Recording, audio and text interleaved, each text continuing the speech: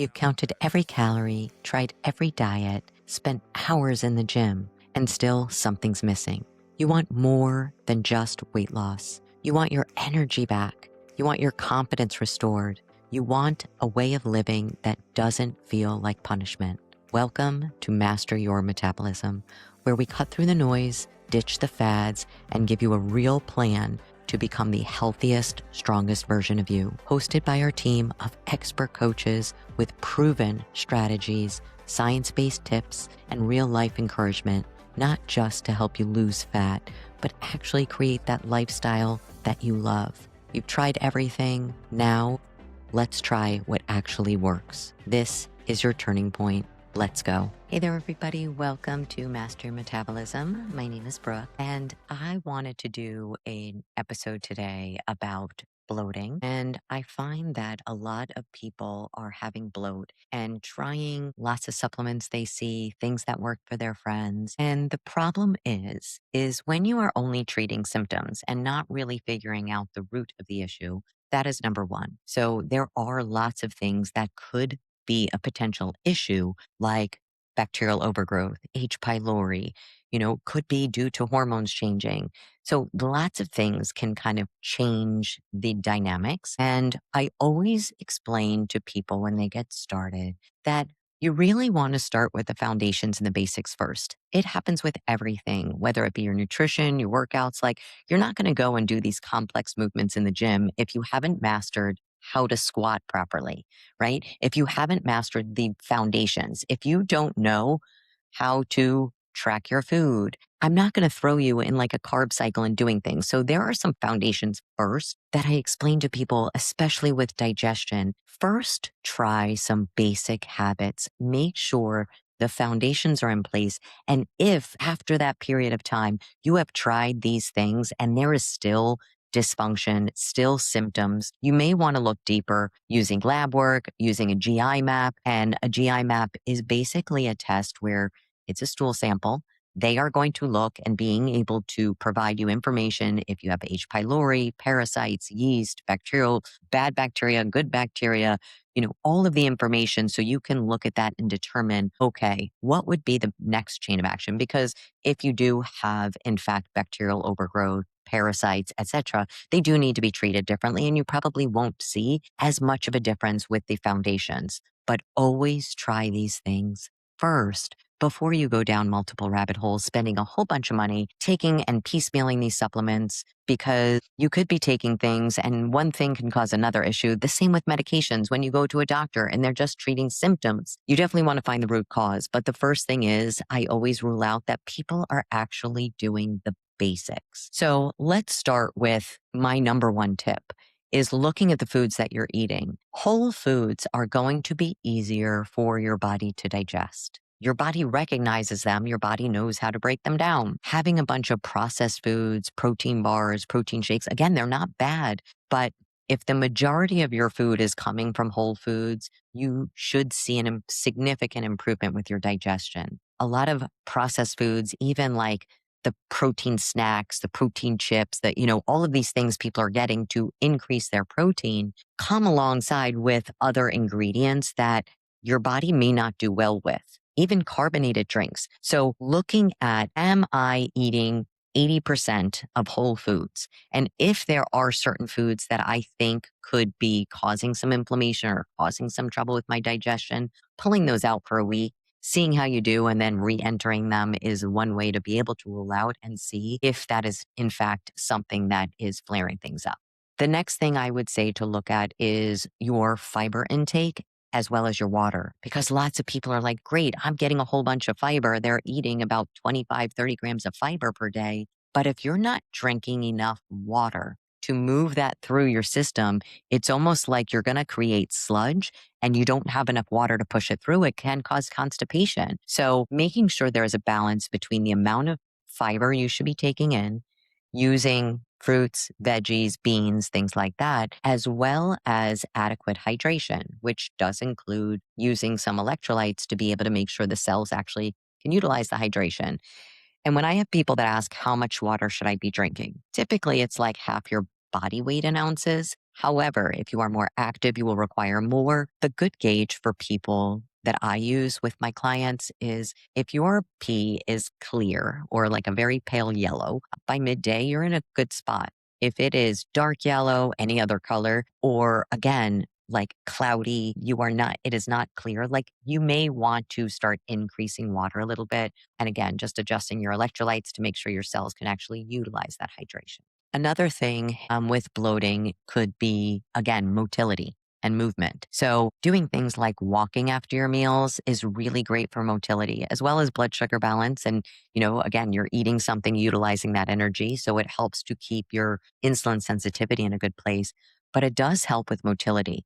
Making sure I tell people on average, like if you're sitting at a desk all day, you're probably getting in like 1,000 steps. So just being aware and start moving your body more will help with motility and also the timing of your foods. So some people are eating a meal that is not balanced. They don't have protein, carbs, and healthy fats. So what happens is they just have like an apple and then they're going to be starving a little while later. So then they have some popcorn. And then a little while later, they're still hungry. So they're doing this like snacking throughout the day. And think of your body as a system. So with your digestion, when you're put food in, digestion starts, enzymes come to help break down food. It moves it through the system.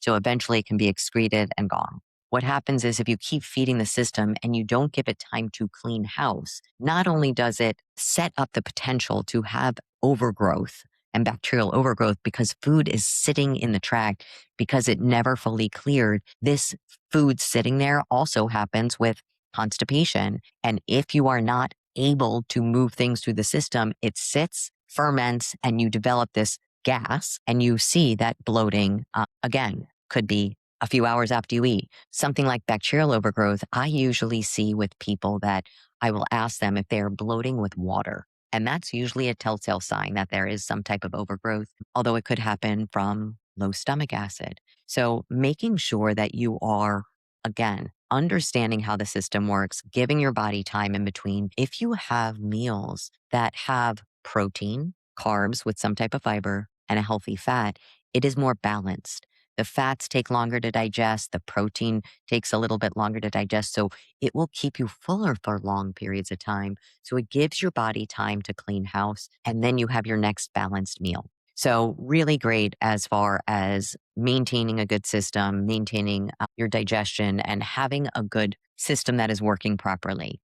People that are taking greens powders, for instance, if you have overgrowth and you put a greens powder on top of that, you could develop more overgrowth because it will feed on those greens, right? And that's not something we want to increase.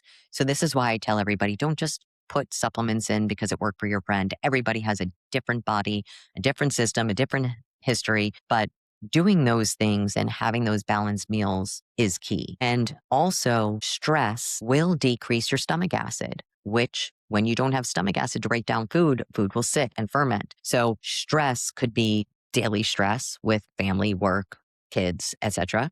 But it can also be from chronically under eating and chronically dieting. Your body doesn't know you're trying to lose body fat. Your body thinks, hey, there's a famine and I need to survive this famine. And it will do all of the things to be able to make sure that your body survives. Hormones will be downregulated because we don't need to be procreating while we are running from said bear, right? Fight or flight response.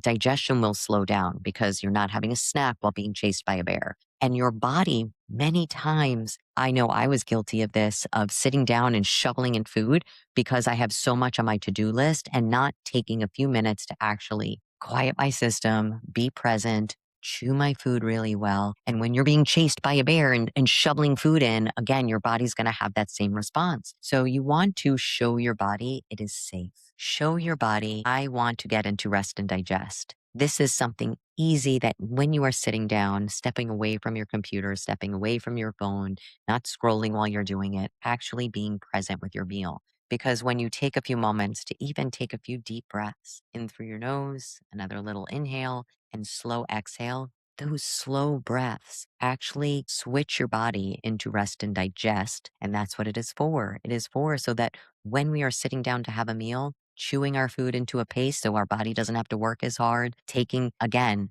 breaths, slowing down, enjoying the food. Again, that is part of the digestive process. When your body senses the food, all of the systems in your brain start saying there is food.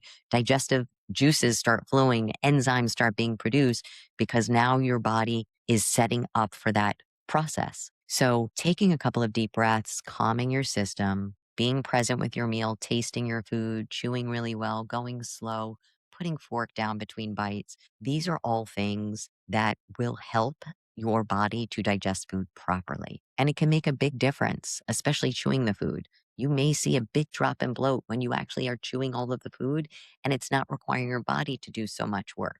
So that is one tip that I tell people, and they see a significant difference in a short period of time. As far as supplements, again, I never suggest supplements until I actually see that there is an issue. Are there things that can help with digestion, like magnesium citrate? Yes, but it is very aggressive and you don't want to require that all the time.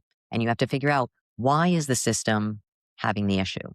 Fix the foundations first. If there's still an issue, then you look deeper, figure out if there is some other type of issue we need to address, and supplements can be super helpful.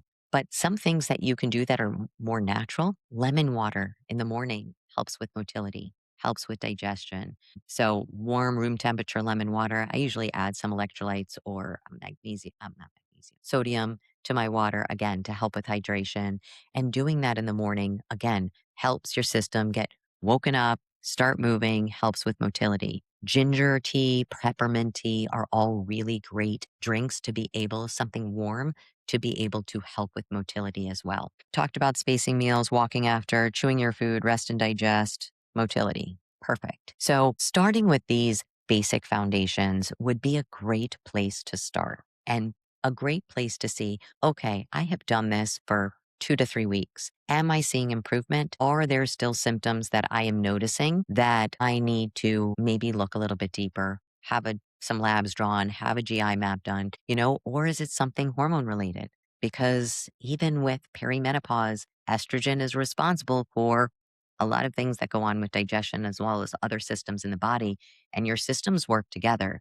This is the reason why when there is stress, digestion can be compromised. Hormones can be compromised because it's kind of like if you hurt your ankle, when you walk, you may start seeing changes in your knee. You may start seeing little, like my lower back starts hurting. And it's not the back that was the problem, it was the foot, right? But unfortunately, it's not just the foot that works, it's the whole body in general. So understanding that concept as well, that we really can't get rid of stress. But what we can do is be aware of the stress that we have, how our response is with that stress, being able to do things like nervous system regulation, being aware that we can't be in a fat loss phase for extended periods of time, giving your body the breaks that it needs, giving your body the relief, because that's what it needs. Your stress and cortisol isn't bad. It's the chronic cortisol without the relief that will cause issues, right?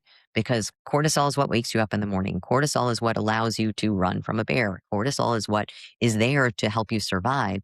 But we also need that balance with rest, with relief, and doing the foundations, being aware of this, even with your cycle. Women that are still getting their cycle, you will notice maybe some constipation before you get your period. You will notice you will hold some water. So these are things that, again, to an extent could be normal, but you always want to look at when it becomes a problem, when it becomes chronic. Do we need to look a little bit deeper and how to make our bodies respond how we want them to and the body composition that we want? So I hope this helped. Thank you guys so much for tuning in.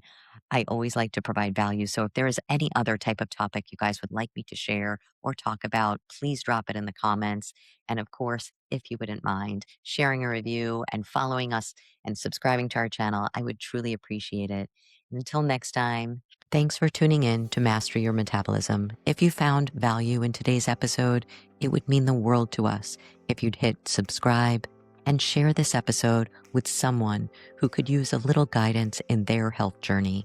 Ready to take the next step? Head over to www.mastersfitnesscoaching.com and you can book a free call right from the site so we can chat about your goals and how we can help support you. Don't forget to join our Facebook group where we're sharing coaching tips, support, and tricks to help keep you on track and continue making progress. You don't have to do this alone. We're here to walk with you every step of the way. Until next time, stay consistent, stay kind to yourself, and keep mastering your metabolism. Let's do this together.